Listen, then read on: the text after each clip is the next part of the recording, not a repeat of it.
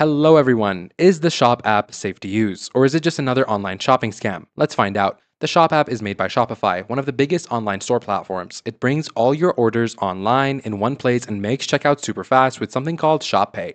You can track packages, discover new brands, and buy stuff with just one tap. It works on iPhone, Android, and web browsers. The app has strong ratings on Apple and Google Play stores with over 4.5 stars and millions of downloads. Security experts say it's legitimate and uses proper protection like secure payment systems. The best part? Checkout is way faster, and some stores see up to 18% more sales because customers don't give up halfway through buying. You also get all your tracking info in one spot instead of hunting through emails. Here's where things get messy. Customer reviews on sites like Trustpilot are really bad, with an average of just 1.1 stars. The Shop app lets any Shopify store sell through it, and some of those stores are fake. People are reporting ordering products that never arrive, getting fake items, or dealing with sellers who disappear.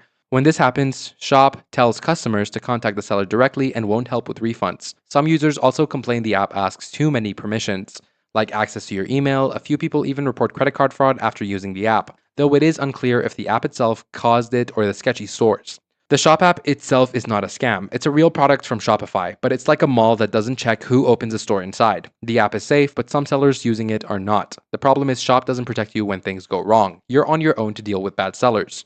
Use Shop for stores you already know and trust, avoid random deals that seem too good to be true, and always check seller reviews before buying. If something feels off, shop directly on the store's website instead. Stay safe out there, guys. I hope you enjoyed this video, and I'll see you in the next one.